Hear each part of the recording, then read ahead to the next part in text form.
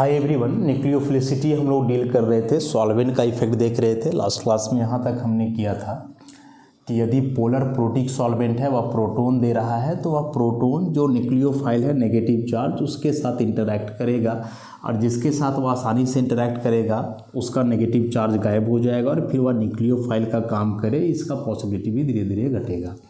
तो उस हिसाब से हम लोग देखे थे, साइज के आधार पर इसको एक्सप्लेन किए थे कि चूँकि हाइड्रोजन स्मॉलेस्ट साइज का स्पीसीज है, तो उस केस में जो है वह छोटा आयन या छोटा एटम से ही जा करके कोरिलेट करेगा, उसके लिए ज़्यादा बेहतर होगा। तो यह H+F- से जुड़े इसका पॉसिबिलिटी ज़्यादा है, लेकिन यही H+I- से जुड़े इसका पॉसिबिलिटी बहुत कम है। तो I का माइनस बरकरार रहेगा, तो इस केस में जो है यह हो जाएगा स्ट्रॉन्गर न्यूक्लियोफाइल। तो ये ऑर्डर समझ में आ ही गया होगा। वैसे यहाँ भी कहानी वही चीज़ का है, यहाँ भी वही चीज़ का है। तो OH- हम लोग लेकर के चले थे, H- और HSE-। यहाँ भी वही बात है कि पोलर प्रोटिक सॉल्वेंट में यदि ये इस्तेमाल हो रहे हैं एज ए न्यूक्लियोफाइल, तो सबके पास H+ जाएगा, सॉल्वेंट वाला H+ जाएगा, और ये H+ जा करके यहाँ जुड़ना चाहेगा, E यहाँ और यहाँ, लेकिन ये सबसे कंफर्ट फील होगा ऑक्सीजन के पास साइज की वजह से, और सबसे अनकम्फर्ट होगा इसके साथ, तो जुड़ेगा ही नहीं, तो इसका माइनस बरकरार होगा, जुड़ जाएगा तो ख़त्म हो जाएगा, H2O हो जाएगा। तो माइनस है तो फिर यही इस केस में न्यूक्लियोफाइल हो जाएगा। तो ये पोलर प्रोटिक की बात करी हमने। पोलर ए प्रोटिक में क्या बात है? पोलर ए प्रोटिक में क्या बात है? तो देखो, पोलर ए प्रोटिक सॉल्वेंट जो है पोलर नेचर का है, लेकिन प्रोटिक नहीं है, मतलब H+ नहीं देगा, और H+ नहीं देगा तो इसका नेगेटिव चार्ज जैसे का तैसे जो है बरकरार ही होगा। मतलब क्या हुआ इसका? मतलब क्या हुआ, जैसे मान लें हम, जैसे कि HF का इस्तेमाल हम लोग H2O में कर रहे हैं एज न्यूक्लियोफाइल, और HF का इस्तेमाल DMSO में कर रहे हैं। तो वाटर में हम लोग जान रहे हैं एसिड है तो आयोनाइज करेगा, वीकली करेगा, लेकिन करेगा F-। DMSO पोलर सॉल्वेंट है, यहाँ भी आयोनाइज होगा H+F-। लेकिन यहाँ क्या है, यहाँ वजह क्या है कि यह जो H+ निकला, तो ये H+ निकलने से तो F- बचा, तो न्यूक्लियोफाइल तो बेसिकली ये हो गए हैं, ये है न्यूक्लियोफाइल। लेकिन अब हम कहें कि चूँकि यहाँ जो सॉल्वेंट है वो प्रोटिक है तो H+ देगा, तो H+F- मिल जाएगा, न्यूट्रल स्पीसीज बन जाएगा, नेगेटिव इसका खत्म हो जाएगा। लेकिन यहाँ DMSO प्रोटिक तो नहीं ना है, ये तो हाइड्रोजन नहीं देगा, तो इसका F- ही रहेगा, F- ही रहेगा, Cl- ही रहेगा, Br- और ऐसा। तो अब यहाँ हम लोग इन नेगेटिवली चार्ज स्पीसीज को केवल देखना है कि इनमें से जो है वह कौन होगा सबसे स्ट्रॉन्ग न्यूक्लियोफाइल। तो इलेक्ट्रोनेगेटिविटी पीछे समझा चुके हैं। इलेक्ट्रोनेगेटिविटी को यदि लेकर के चलोगे, सब पे 4 लोन पेयर है सब पे, तो फिर लगेगा कि फ्लोरीन का इलेक्ट्रोनेगेटिविटी सबसे ज़्यादा है तो ये इलेक्ट्रॉन नहीं देगा, आयोडीन का सबसे कम है तो यही देगा। तो ऑर्डर यहाँ भी तो वही आना चाहिए कि F- से ज़्यादा स्ट्रॉन्ग न्यूक्लियोफाइल Cl-, उससे ज़्यादा Br- और सबसे ज़्यादा OH। लेकिन यहाँ तो उल्टा लिखे हैं कि F- इज़ द स्ट्रॉन्गेस्ट, सबसे स्ट्रॉन्ग न्यूक्लियोफाइल तो F- है। तो यहाँ क्या वजह रहा होगा? तो देखो, सब पे माइनस है, इलेक्ट्रोनेगेटिविटी वाला बात हम लोग समझ रहे हैं, लेकिन साइज यहाँ फिर से मैटर करने वाला है। अब फ्लोरीन का साइज यदि इतना है तो क्लोरीन का इतना होगा, ब्रोमीन का इतना, और आयोडीन का इतना। सबके पास वैलेंस में 8 इलेक्ट्रॉन एक नेगेटिव, 8 इलेक्ट्रॉन एक नेगेटिव, 8 इलेक्ट्रॉन एक नेगेटिव, और यहाँ भी 8 इलेक्ट्रॉन एक नेगेटिव, सबके पास। लेकिन यहाँ जो हम लोग देख रहे हैं कि F- का साइज जो सबसे छोटा है, तो सबसे छोटा साइज होने की वजह से क्या होगा? सबसे छोटा साइज होने की वजह से क्या होगा कि इसके अंदर होगा इंटर इलेक्ट्रॉनिक रिपल्सन। तो उस रिपल्सन को ख़त्म करने के लिए इलेक्ट्रॉन देना चाहेगा, और यहाँ है मैनेजेबल है, मतलब साइज बड़ा है तो अपने एक्सेस इलेक्ट्रॉन को रख लेगा, इतना चलेगा, कोई दिक्कत नहीं है ऐसा। तो कोई दिक्कत नहीं है तो फिर मैनेज कर लेगा, इलेक्ट्रॉन नहीं डोनेट करना चाहेगा, सिंपल सी बात है। इसको भी एग्जांपल से समझ सकते हो तुम। जैसे अभी हम कहें कि तुम्हारे घर में कोई सामान है जो बहुत ज़्यादा है, और अगला भी है, उसके पास भी सामान बहुत ज़्यादा है, वही सेम चीज़, लेकिन तुम्हारे घर में जगह कम पड़ रहा है उसको रखने के लिए, और बगल वाला है कि उसके पास सामान ज़्यादा और जगह भी ज़्यादा है, तो जाहिर सी बात है उस केस में अपने सामान को बाहर कौन निकालना चाहेगा, किसी को देना कौन चाहेगा? तो जिसके पास जगह कम है, जिसके पास जगह कम है, क्योंकि उसके पास वह चीज़ अधिक है, लेकिन वहाँ चूँकि इतना छोटा साइज है ना कि दिक्कत हो रहा है उसको सामान रखने में, इधर का सामान उधर हो जा रहा है, उधर का इधर हो जा रहा है, बोलेगा जाओ ले जाओ। तो यहाँ साइज मैटर करेगा, और इस साइज के आधार पे चूँकि F माइनस का साइज सबसे छोटा है तो इसका इलेक्ट्रॉन डोनेटिंग एबिलिटी जो है यहाँ सबसे ज़्यादा हो जाएगा, उससे कम Cl माइनस Br माइनस। आप बोलोगे सर तो इसके पिछला लेक्चर में कहानी तो आप सुना दिए थे, कुछ और सुना दिए थे ऐसे है, यहाँ तो आप कह दिए थे कि इलेक्ट्रोनेगेटिविटी इसका ज़्यादा है तो नहीं देगा, तो यहाँ पे इलेक्ट्रोनेगेटिविटी भूल क्यों जा रहे हो? तो यहाँ हम इसलिए भूल रहे हैं ना क्योंकि यहाँ साइज में बहुत ज़्यादा अंतर है, और यहाँ साइज में अंतर लगभग नहीं है, क्योंकि F, O, N, C सारे के सारे जो है वे सेकेंड पीरियड के ही एलिमेंट हैं, और ये सेम पीरियड के एलिमेंट है, तो इनका साइज में हल्का फुल्का अंतर होगा, बहुत ज़्यादा नहीं होगा।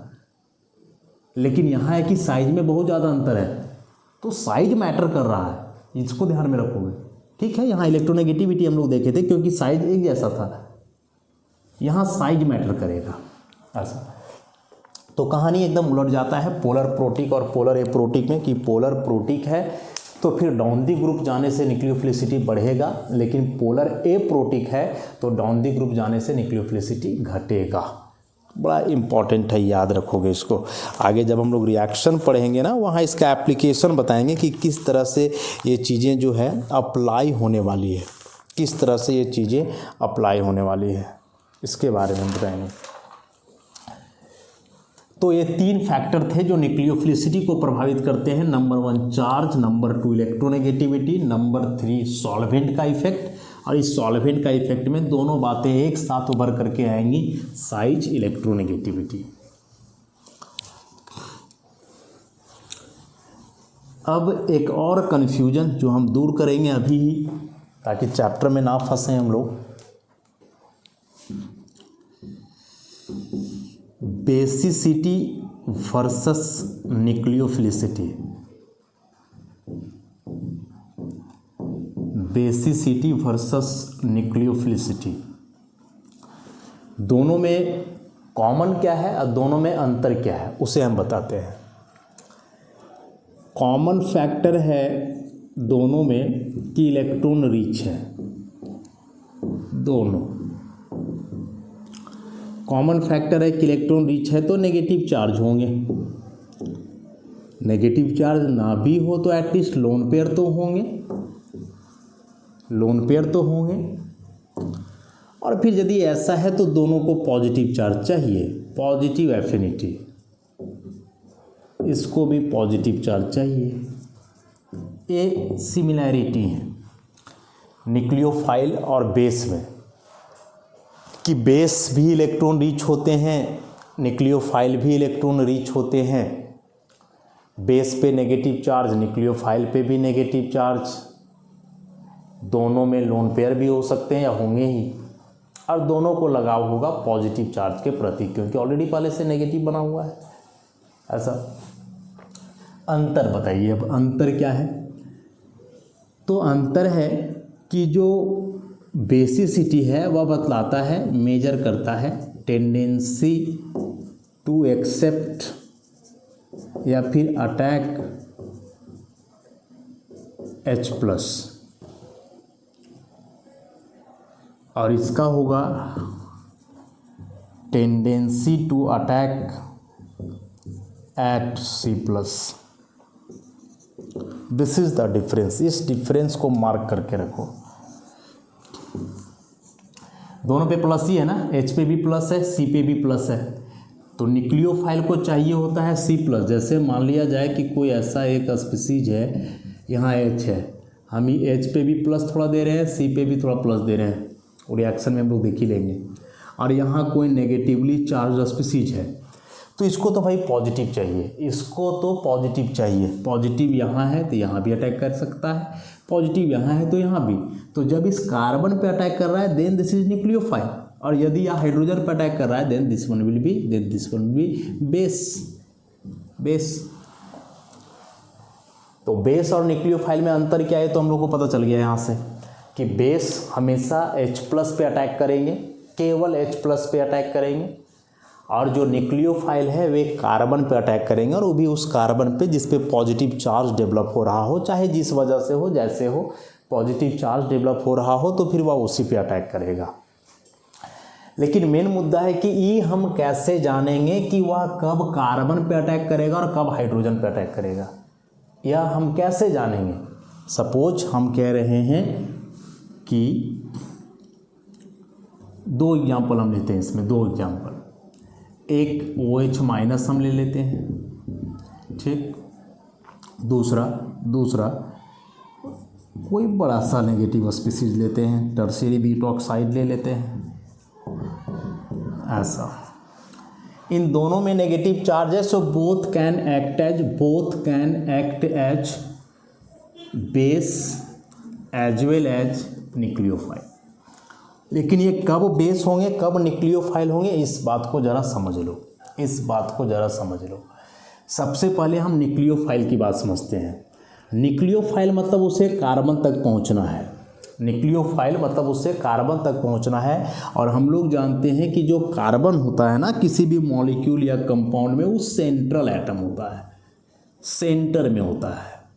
अब सेंटर में होता है मतलब ये अपने अगल बगल कुछ ग्रुप से घिरे हुए हैं, अपने अगल बगल जो है कुछ ग्रुप से, कुछ एटम से, किसी भी चीज़ से जो है घिरा हुआ है। अब मान लिया जाए कि इसके अगल बगल जो ग्रुप्स हैं वे छोटे छोटे हैं, ऐसे हैं, छोटे छोटे हैं, तब तो यहाँ कार्बन तक पहुँच पाना आसान ही होगा, चाहे वो OH- हो, चाहे वह टर्शियरी ब्यूटॉक्साइड हो, ये दोनों कार्बन तक आसानी से पहुंच सकते हैं। ये भी पहुंच सकता है कार्बन तक, क्योंकि छोटे ग्रुप हैं, घुस जाएगा कहीं से भी, छोटे ग्रुप है, ये भी कहीं से भी घुस जाएगा। तो ये दोनों इस केस में हो जाएंगे न्यूक्लियोफाइल, दोनों न्यूक्लियोफाइल हो जाएंगे। लेकिन सोचो, क्या सोचोगे, छोटा ग्रुप में अभी हम मान लें हाइड्रोजन है तीनों जगह, ठीक है, ऐसा मान लेते हैं। तो जब हाइड्रोजन हुआ तो ये दोनों न्यूक्लियोफाइल हो गए, बोथ आर न्यूक्लियोफाइल। अब हम मान लेते हैं यहाँ CH3 कर देते हैं। अब CH3 और H में तो अंतर हुआ ना, H तो सबसे स्मॉलेस्ट, अब CH3 आया तो साइज पहले से बढ़ेगा, ऐसे CH3 हम लोग ला रहे हैं। अब जब साइज बढ़ेगा तो कार्बन तक पहुंच पाना उसके लिए थोड़ा आसान होगा जो छोटा साइज का है, उसके लिए पहुंच पाना आसान होगा जो थोड़ा छोटा साइज का है। तो इन दोनों में अभी हम लोग साफ साफ देख पा रहे हैं कि छोटा साइज का ही है OH-, देखो साइज से पता चल रहा है कितने बड़े ग्रुप से हैं। तो यह OH- तो भाई पहुंच जाएगा कार्बन तक, कोई ना कोई तरह से बायां दायां करके इधर उधर से पहुंच जाएगा, और still it is working as nucleophile. But what about this tertiary butoxide, क्या यह ग्रुप घुस पाएगा कार्बन तक? बताओ हमें, क्या यह ग्रुप घुस पाएगा कार्बन तक? नहीं घुस पाएगा, क्योंकि कार्बन के अगल बगल जो अब ग्रुप है ना, इनका साइज है ज़्यादा, और ज़्यादा साइज है तो नहीं अप्रोच कर पाएगा। भाई खुद इतना बड़ा है, कैसे घुसेगा यहाँ, कैसे जाएगा बताओ? नहीं घुस पाएगा ना, कार्बन तक नहीं पहुँच पाएगा। अरे इसको तो प्लस से मतलब है, चूंकि माइनस है पहले से तो प्लस से मतलब है। प्लस कार्बन का मिले तो ठीक, ना तो हाइड्रोजन का ले लेंगे। प्लस कार्बन का मिले तो ठीक, नहीं तो हाइड्रोजन पे अटैक कर देंगे, एकदम सिंपल सी बात है।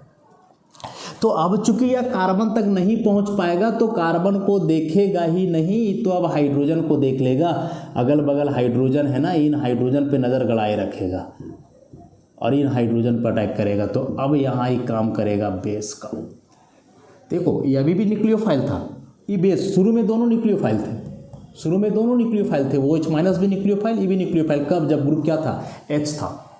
जब हमने CH3 किया तो वो H माइनस चलो अभी तक काम चला रहा है, इधर उधर से घुसेगा कार्बन तक पहुंच जाएगा, अटैक कर देगा कार्बन पे, न्यूक्लियोफाइल हो गया।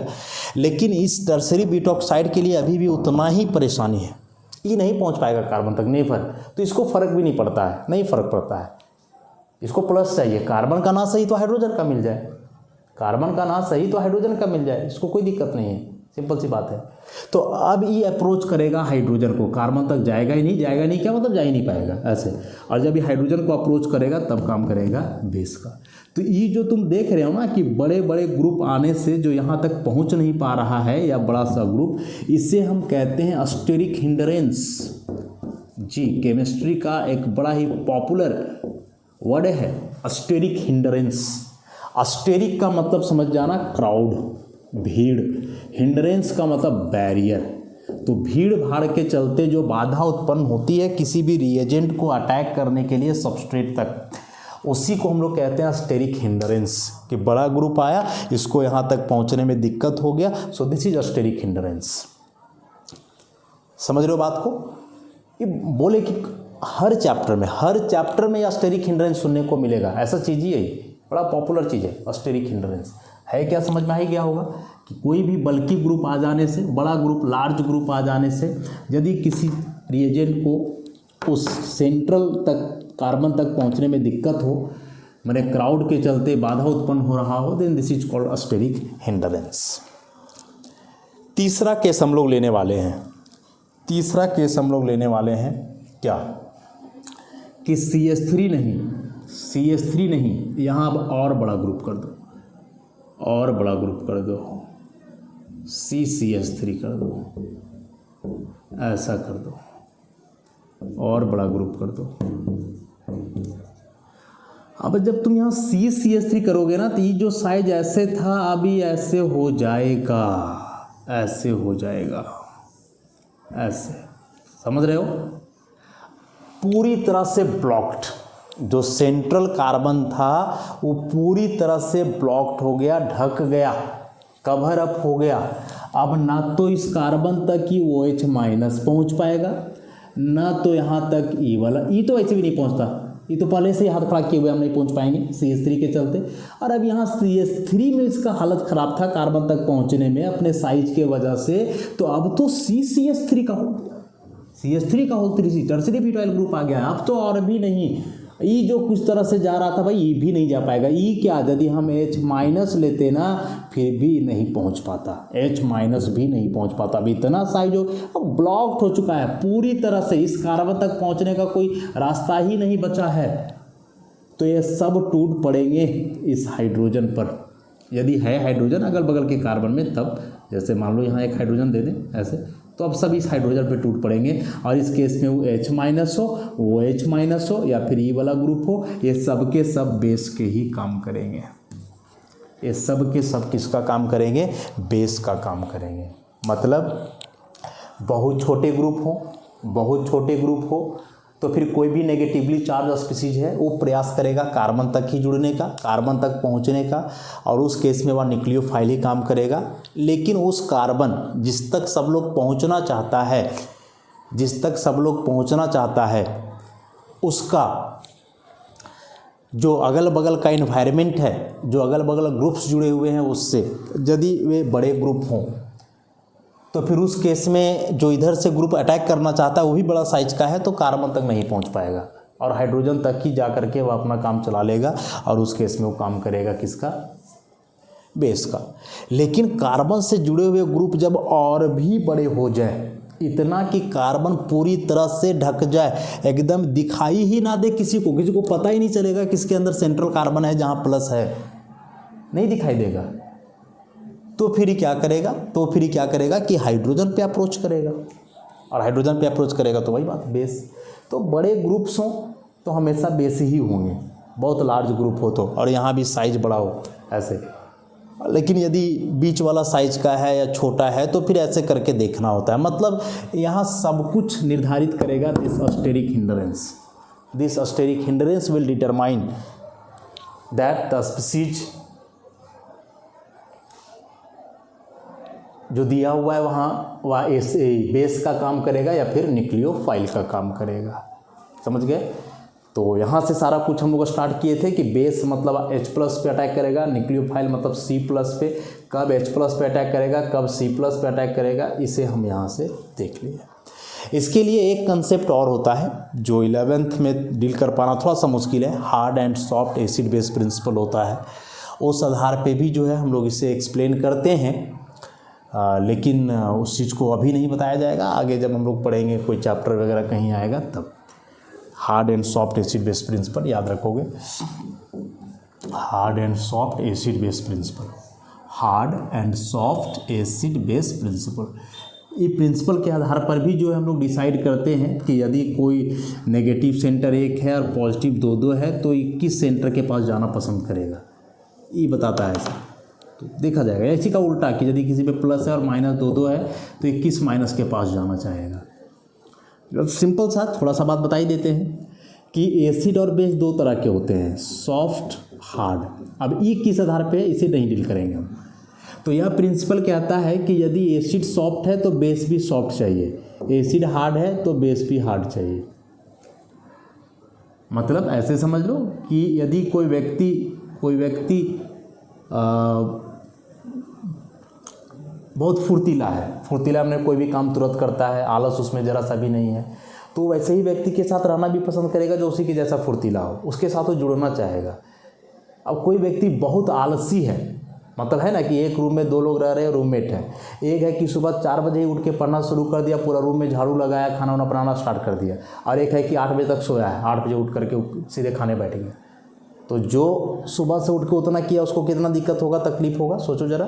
तो कभी चाहेगा वैसे लोगों के साथ रहना? नहीं। वो तो चाहेगा ना हम भी वैसे ही साथ रहें कि हम 4 बजे उठ करके पढ़ने लगे तो अगला भी पढ़ रहा है, हम एक तरफ झाड़ू लगा रहे हैं तो बर्तन धो रहा है, ऐसे करके हो पसंद करेगा उसको। अच्छा, उस केस में आलसी वाला को भी दिक्कत होगा कि क्या सोने नहीं देता है, सुबह सुबह उठ कर हड़बड़ाने लगता है सब, ऐसे तो नहीं चाहेगा रहना। तो लेजी है तो लेजी को पसंद करेगा, और एक्टिव है तो एक्टिव को पसंद करेगा। वैसे यहाँ हार्ड है तो हार्ड को पसंद करता है, सॉफ्ट है तो सॉफ्ट को पसंद करता है। इस आधार पे भी हम लोग इसे एक्सप्लेन करते हैं कि प्लस वाला किस माइनस के पास जुड़ेगा या माइनस वाला कौन से प्लस के पास जुड़ेगा। चैप्टर में उसको विशेष सम करके डील करेंगे जब आगे आएगा, तो अभी नहीं, थोड़ा सा बड़ा चीज़ है तो अभी इसको हम नहीं डील कर पाएंगे। ध्यान रखोगे इस चीज़ को, थोड़ा सा आइडिया दे दिए तो वहाँ से तो पता चल ही जाना है। तो बेसिसिटी वर्सेस न्यूक्लियोफिलिसिटी को हमने समझा यहाँ, और यह जो बेसिसिटी और न्यूक्लियोफिलिसिटी है, अब ये कहीं ना कहीं सॉल्वेंट पे भी डिपेंड कर सकता है। एक तो यहाँ हम पूरा कहानी सुना दिए साइज को लेकर के ना, ये थोड़ा बहुत सॉल्वेंट पे भी जो है डिपेंड करेगा।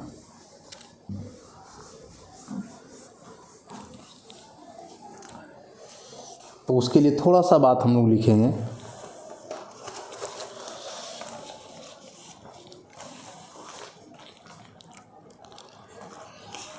एग्जाम्पल से फिर उसे समझना होगा,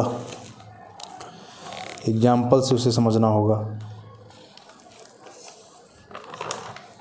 बड़ा सा कंसेप्ट है।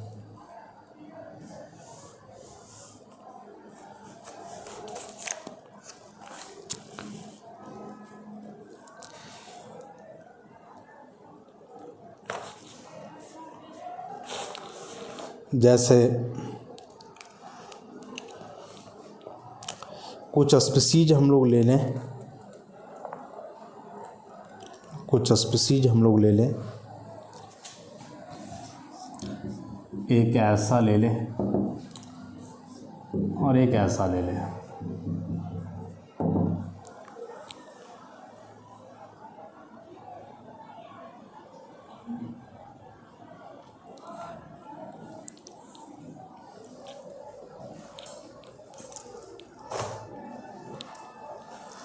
इन दोनों में ज़्यादा कंपैरिजन करें हम लोग यदि, कि दोनों में से न्यूक्लियोफिलिसिटी ऑर्डर क्या होगा, तो किस आधार पे देखेंगे उसको देखो। लोन पेयर यहाँ भी नाइट्रोजन पे है, NH2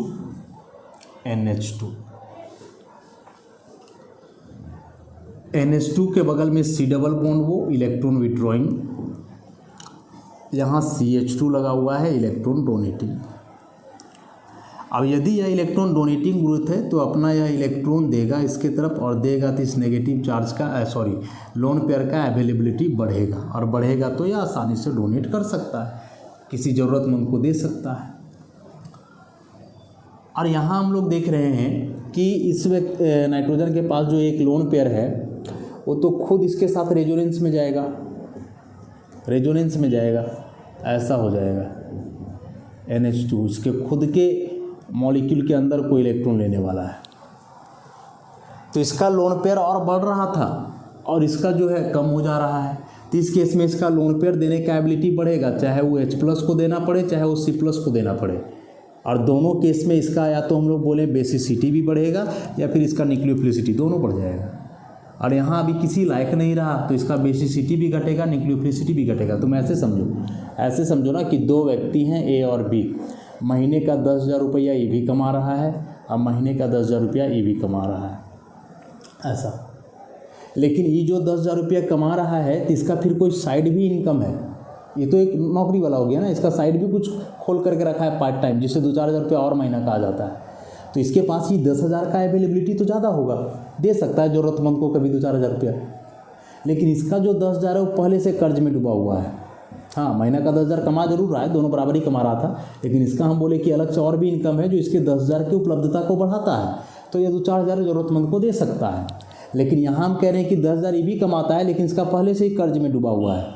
इसका घरे का कोई आदमी है जो इसको डुबा करके रखे हुए है, बार बार वही पैसा मांग लेता है। तो 10,000 तो इसका चला जाएगा इसी को भरने में ना, तो किसी दूसरे को कहाँ से दे पाएगा, नहीं दे पाएगा। तो वही चीज़ है कि इसमें जो है इलेक्ट्रॉन डोनेटिंग है तो वह इलेक्ट्रॉन दे करके नाइट्रोजन को बढ़िया कर रहा है, नाइट्रोजन को और दे रहा है, तो नाइट्रोजन अपना इलेक्ट्रॉन किसी दूसरे को डोनेट कर पाएगा ढंग से। लेकिन यहाँ नहीं है, इसमें इसका इलेक्ट्रॉन इसी के अंदर डिलोकलाइज हो जा रहा है, तो किसी दूसरे को क्या दे पाएगा। तो ये जो है वीक बेस भी होगा, वीक न्यूक्लियोफाइल भी होगा, या स्ट्रॉन्ग बेस होगा, स्ट्रॉन्ग न्यूक्लियोफाइल होगा। ऐसे और भी हैं जिन पर चर्चा हम लोग करेंगे नेक्स्ट लेक्चर से। तो आज के लिए इतना ही, धन्यवाद।